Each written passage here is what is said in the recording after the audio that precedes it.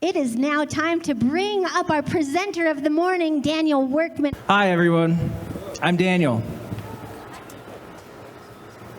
Thank you for being here. Thank you, Brandy, for letting me do this presentation for you all. Thank you, Chris, for letting us do it here in this beautiful spot. And thank you all for being here. My name is Daniel Workman. I am a filmmaker, photographer, anthropologist here in Denver, Colorado. I've been in Denver for 3 or 4 years, but in Colorado for about 15. I grew up in West Virginia. I grew up there for 18 years and have spent the last roughly 15 out here in Colorado. So our subject for this month is Crossroads. And this is a big one. A lot of crossroads come in different forms. I think some are obvious crossroads. When you come across them, it's like, should I do this or this? Like I can have the salad or I can have the steak. Like big and small crossroads in life. But some of the other ones are sneakier. Some crossroads are just paths you don't want to look at or you're too afraid to look at. They're the hard path. And maybe you visit them every once in a while, and sometimes it's too painful to look at it. You're not ready to look down that road. But on the other end of that road may be your dream, and you might have some stories about why you can't take that path. So with that said, this is what happened with me as I started making my film. So I'm going to tell you all about the crossroads that I went through in my life to create the film that I've been working on and off for 10 years. So in this talk, we're going to talk about trusting yourself,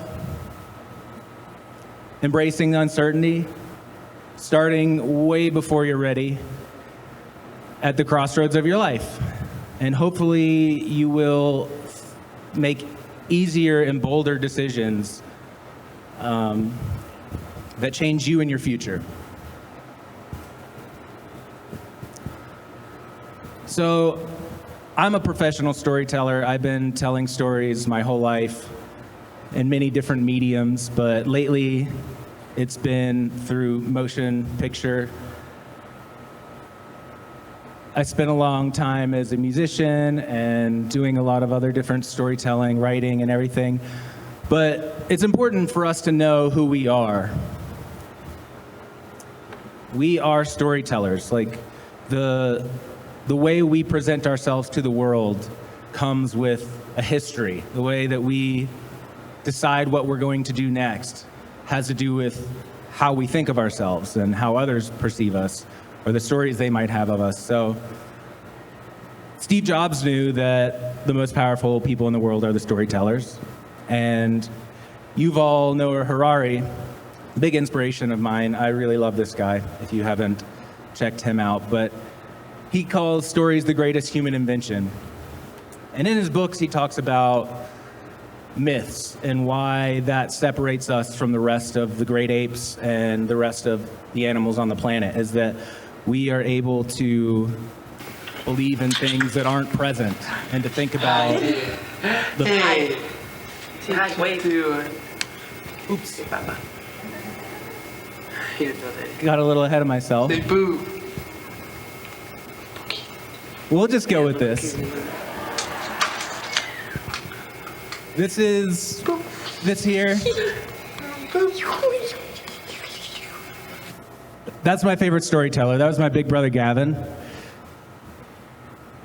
Yeah, we are storytellers. We tell ourselves stories about who we are and where we come from, and sometimes we confuse what we think we know about who we are and what we're good at or what we're bad at or what we can do or what we can't do is actually just a story. It's less factual than we think.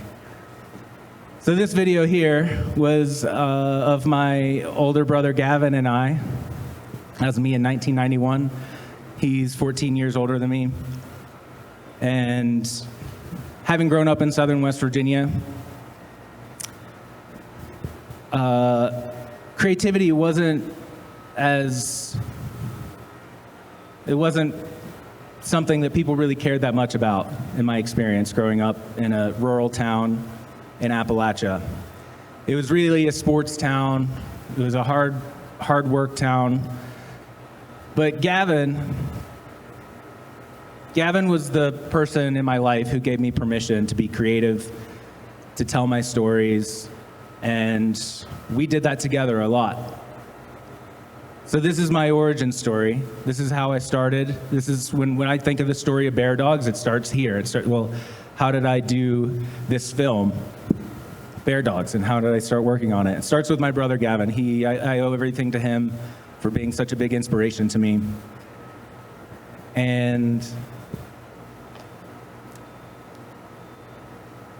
so Gavin was older than me. He gave me permission, and I had such a wonderful connection and love from him. And Gavin had his own problems. Gavin, when he was a teenager, he got cancer. And in the 90s, the treatments for cancer had a lot of downsides. And for Gavin, one of the downsides was that he got addicted to some pretty nasty stuff.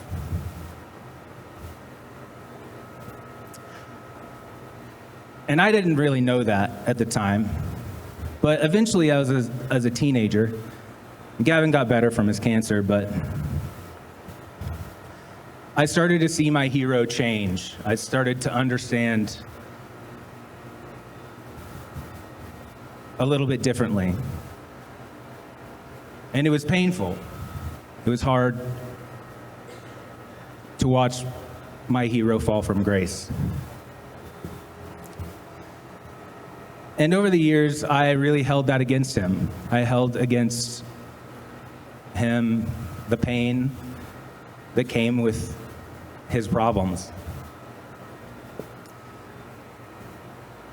But I never forgot who he told me I was, which I was a creative storyteller, and that passion came from him. Everything that I make has something of him in it.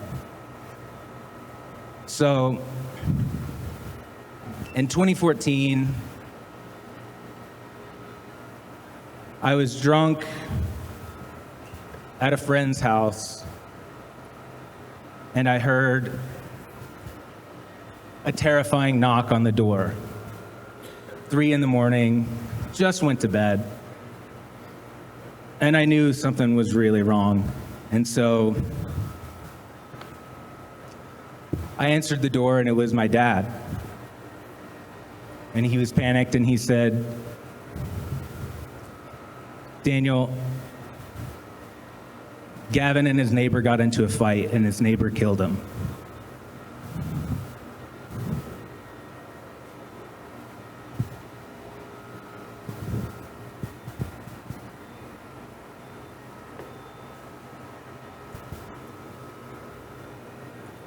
And that was the first big crossroads in my life.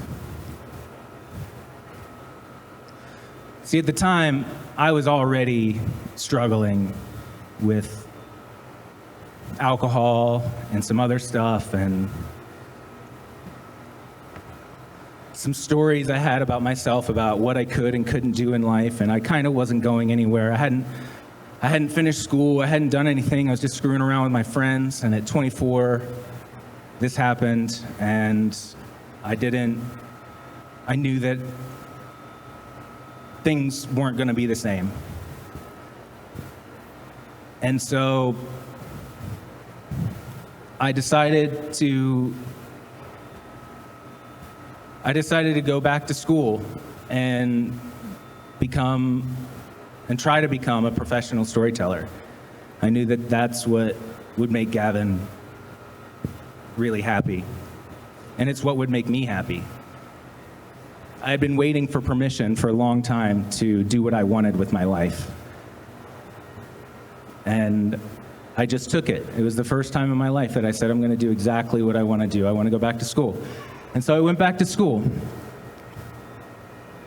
I went back to school for photography and anthropology, studied cinema, studied all the stuff that I always wanted to do so that I could tell stories the way that I wanted to tell them and take ownership of my role as a storyteller in the world. And so what this time did for me is I spent these years, learning the visual language, learning the language of a storyteller, knowing that I did have a voice. I had something to say. It was meaningful for me to make work and to share it with people. And I started to believe that. And so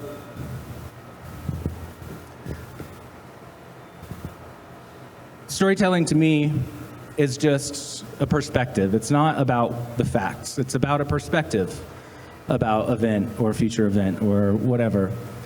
But professionally now, I tell stories through perspective, and I use technology to do that. I use lenses, cameras, lights, scenes, people. What goes in, what goes out is all very calculated to tell a very specific story, to evoke a specific emotion. And I'm telling you this because the perspectives you take and the frames you take on your life and your story and where you come from absolutely determine where you're going.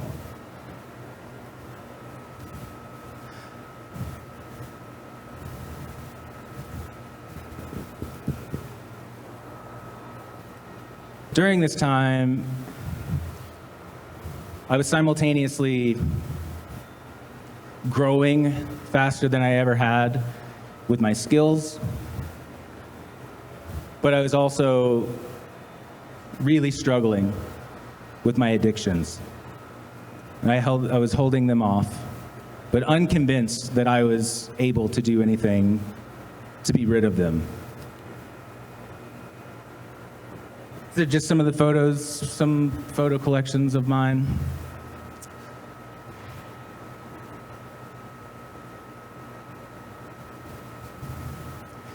So, Gavin was full of contradictions. I saw him go from the greatest person I knew, my biggest hero, to someone that I hated, to someone that I missed and loved more than anything. And I was starting to realize about people was that they're not easy. I think I had some high expectations of myself and others, stuck in perfectionism, and expected other people around me to be perfect too. And so when I was in school, I discovered a project in my hometown. And I was fascinated by it. I was so interested in anthropology. I was so interested in stories. I mean, what could be more important than who we are and where we come from and why we do what we do? Like, that is so fascinating to me. So I started this film, and it happened in my hometown. I'd spent some of my 20s running around the world trying to tell stories other places. I wanted to be a Nat Geo photographer or something. I don't know. I was trying to figure out how to use my voice and my skills. And the last thing I wanted to do was go home and talk about Appalachia. But that's what I did. I was at a bar with an old friend who I went to high school with, and he asked me if I would go bear hunting with him. And he had asked me a bunch in high school, and I said, hell no, I'm not going bear hunting with you. That's crazy. Because I grew up around bear hunters, and bear hunters are pretty rowdy. But at this point in my life, I realized, I'm like, well, I'd spent enough time in Colorado by this point that I realized that there was some cultural significance there that other people don't maybe know or understand. And so I decided to go out with him. And I decided to learn and to be patient with this project and with these people. And so I took on this as an anthropological exploration, an ethnography, if you will, of a culture and a place that would normally not be getting much attention. Definitely no credits given. And I definitely didn't. For me, I realized that I had so many harsh judgments before I'd even gotten to know these people. And it changed me as I went through it. I started to understand the human condition a little better and see these people for more than just stereotypes.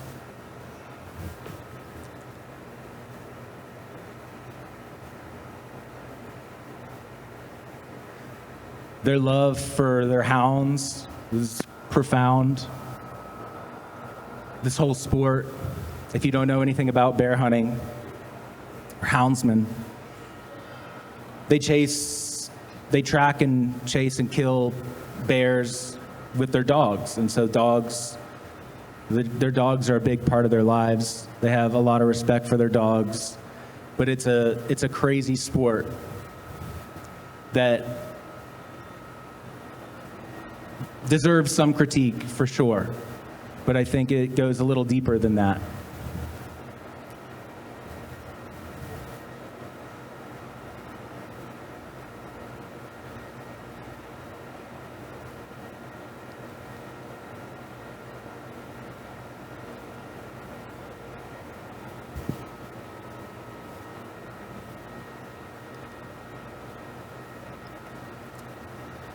So during this time, I spent time with a lot of bear hunters. I was walking around, meeting bear hunters over a couple of years, just taking stills. But it became very apparent very quickly that this was way more than a photo story. This was just too loud.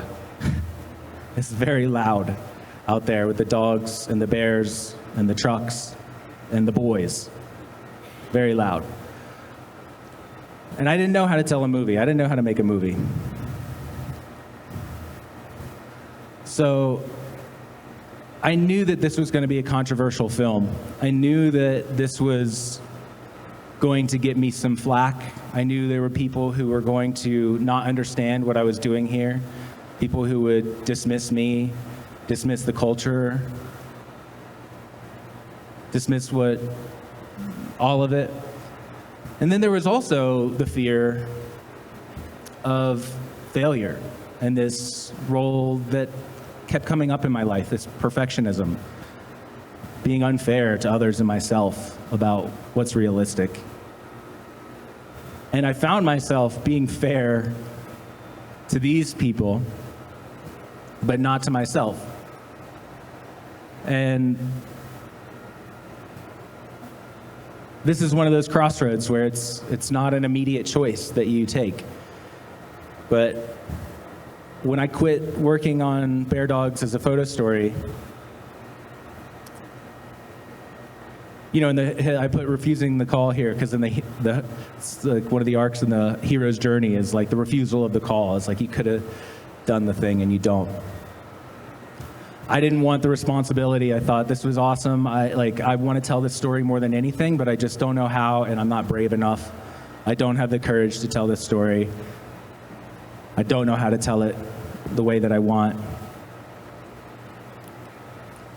And so I took the dark path. And I would not advise taking the dark path in your life, but I did.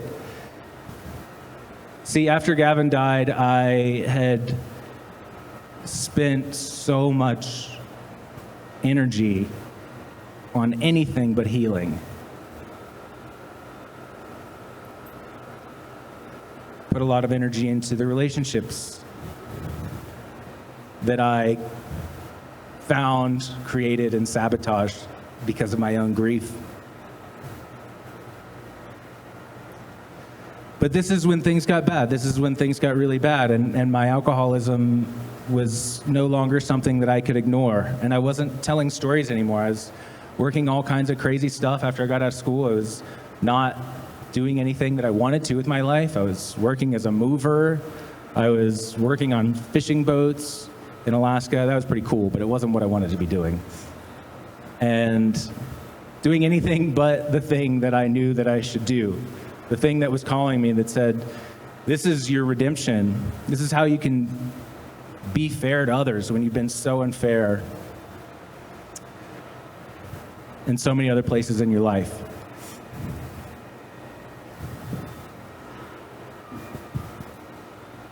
It wasn't until 2018, around 5 years after, late 2018, around 5 years after Gavin had died, that I'd kind of lost all the important people in my life because of my own addiction and suffering. And I started to see the pattern. I was clueless for a long time because I was stuck in a victim mentality, in a victim narrative where, well, I wasn't in control. It wasn't up to me. Somebody else, like all the things that are happening to me are just happening to me. I'm not in control here. But I was telling these stories to myself that I could or couldn't do the next steps. And I wasn't willing to admit that it was just fear and ego holding me back, and the fear of failure, fear of being seen, and the challenge of doing something really hard that I don't know how to do. But in 2018, after I lost a relationship that I really cared about, because she knew that I wasn't healed, I knew that I wasn't healed, and I spent as much time as I could drinking my way out of my problems, going as low as I could go, until I realized that where I was heading was really ugly, and there was no way out of it if I continued. And so I decided that if I have to stick around, I might as well try to make it a little easier on myself, because my whole life I had been making things really hard. And so I started to change my story.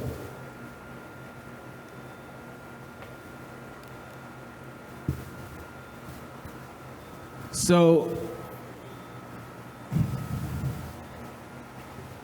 that took a long time. It took a long time from taking responsibility for my life and my path and what I was going to do with it. It took a long time from that decision to being the person who actually can change the trajectory of their life. It took me a couple of years of support. I had to learn how to accept support, accept help. It was really hard. I had to learn to accept suffering. I had to learn to accept that I'm going to feel pain. I'm going to experience it. And that it really does go away faster if you don't run from it.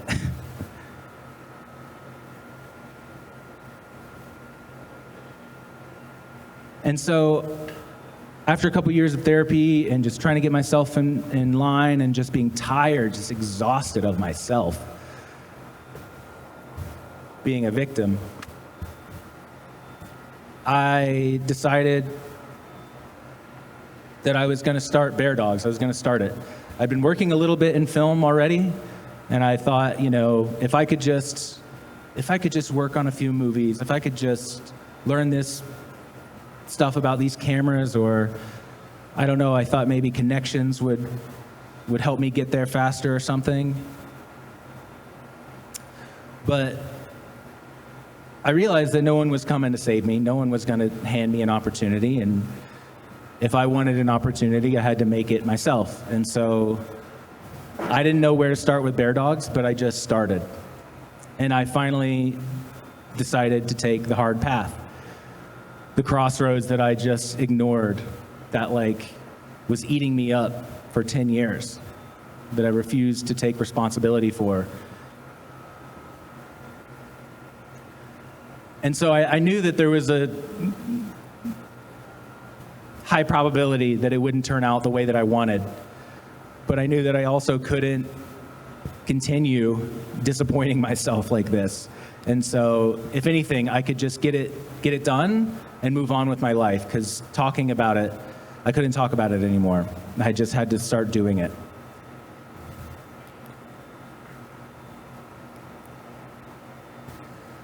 So in 2022, I did pre-production, planning, raising a little bit of money, just gathering some of my own money, honestly, and planning out how I was going to do it. And I didn't have a lot of money, but what I did have was time. And so I realized something very important about doing something really hard, the thing that you're really afraid to do, which is you have to just start where you're at, because there is no perfect time. I was never going to be ready to do this. And once I realized that, it was easy for me to just pack a camera kit and show up. And I called everyone and I asked them if they were still bear hunting. I said, "You guys still doing that?" They're like, "It's been 8 years, man." So I went out all of 2023 and I shot bear dogs. And I continued to grow. This culture surprised me so much. They surprised me about myself, and at every turn, I would be mistaken about what I thought I knew about them and what I thought this was about and who I thought I was and what I was capable of. So yeah, I was bold. We need to be bold in our decisions. It was a bold move to take on this film. And I had a slight idea on how hard it was going to be and how many years of my life it was going to take, but I had to kind of lie to myself about that to just start. Because if you're looking at if you're looking at the top of the mountain, it's not, you're like, hell no, can't do that. But just taking a few steps, just showing up. So I just followed my interests. I just went back to what I was good at, which was showing up, using my skills, using my curiosity and my love for telling stories and my love for culture and humanity and people and contradiction and complexity. It's all it's exactly what I was looking for and needed.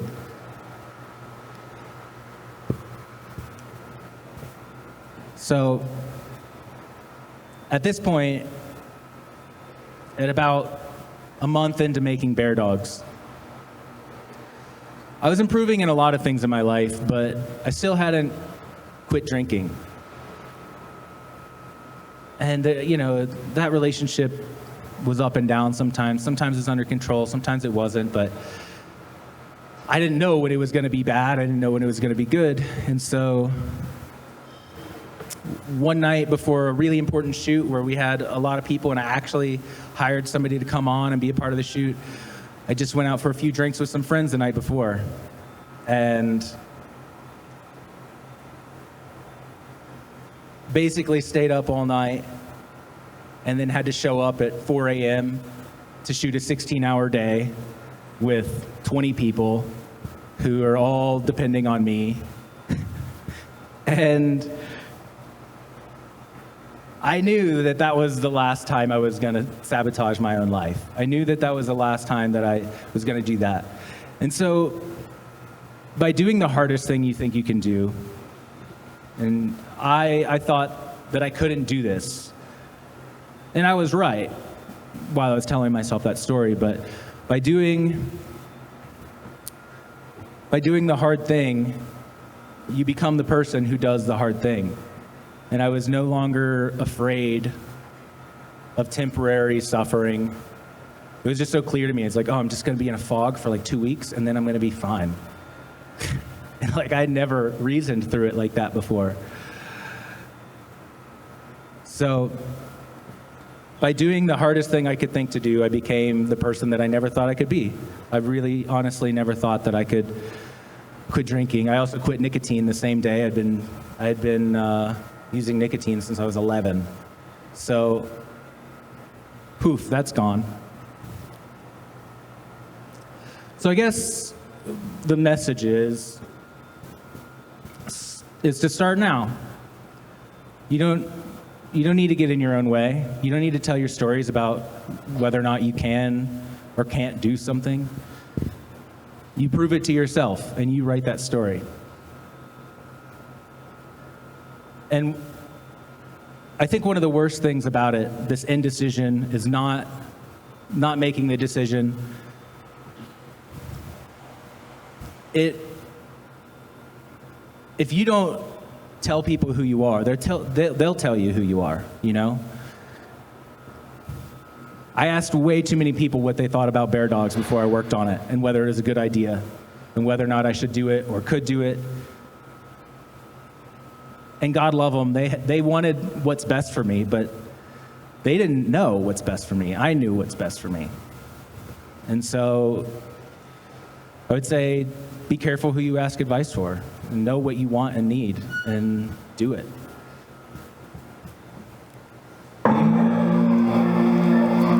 Maybe it's gone. Maybe it's out of date.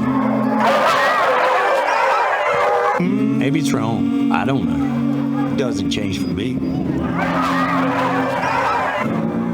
Here's the bear coming at you, boys! Watch!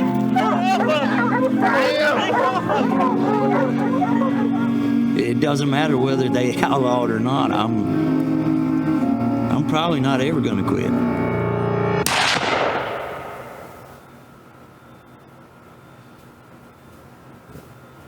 That was chaotic.